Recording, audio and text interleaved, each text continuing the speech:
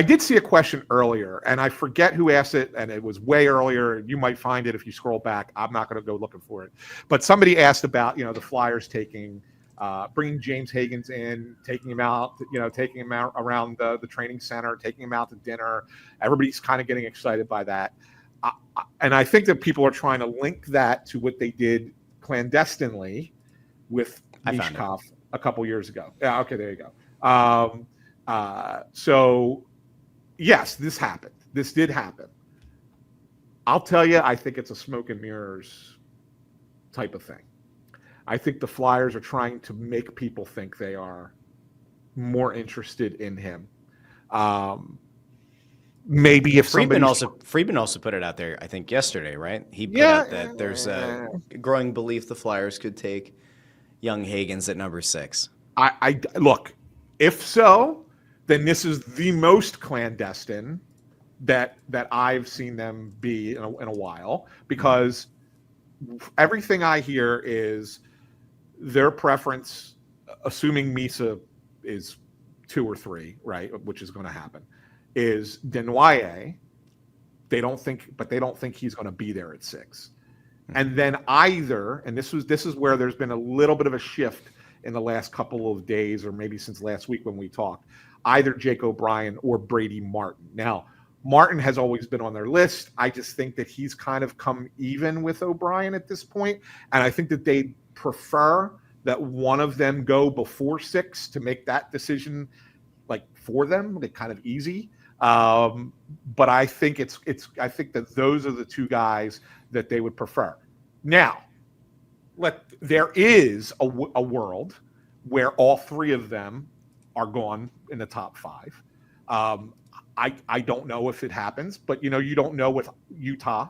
Utah's always the wild card at 4.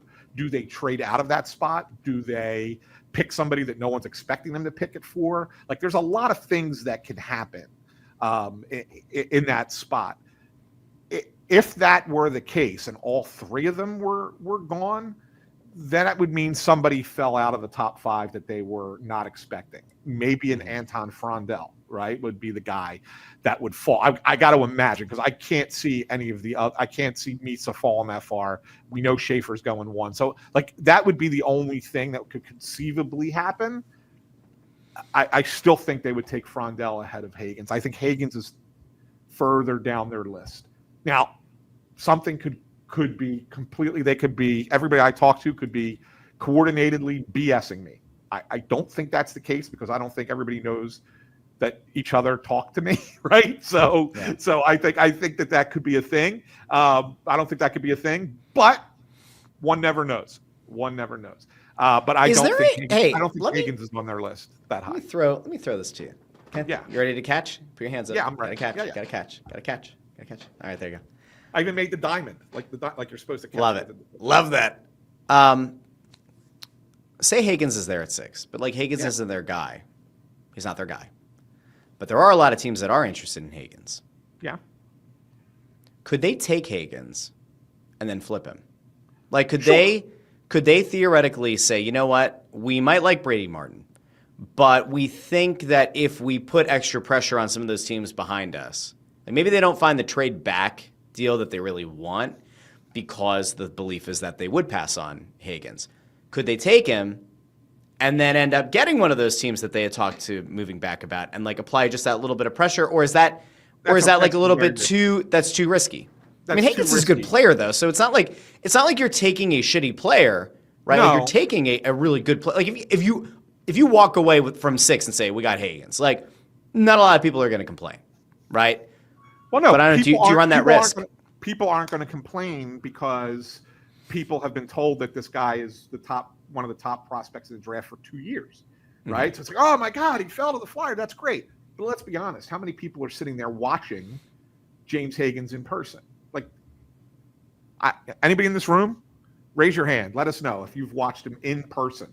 Go on and see him, right? More than once, and watched his game, right? Like, so that's the thing. Like, to me, yes, could you in essence, but you have to have that deal in place. They're not going to take the guy and cross their fingers and hope somebody would then trade for him at that point. I think that I think that deal would have to be in place. Now, could they conceivably get to 6 and go, okay, our guy that we want to pick is going to be there at 8 or 9. That team wants to jump up and get Hagens at 6. Maybe we flip it and let that happen. We get something else in return. Yeah, sure. And we talked about that on the last show, that I think that there's a chance of trading down, depending on how everything falls on Friday night. But I don't see it happening the way you just described.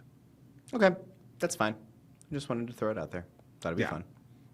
We're just here for the hypotheticals. Yeah. One of the names that obviously has been rumored to be one that could fall, but I think has certainly improved because of the good injury update was McQueen. I continue to just cross my fingers and my tootsie toes that he falls into the early teens and Danny decides to make the big balls move up and get him.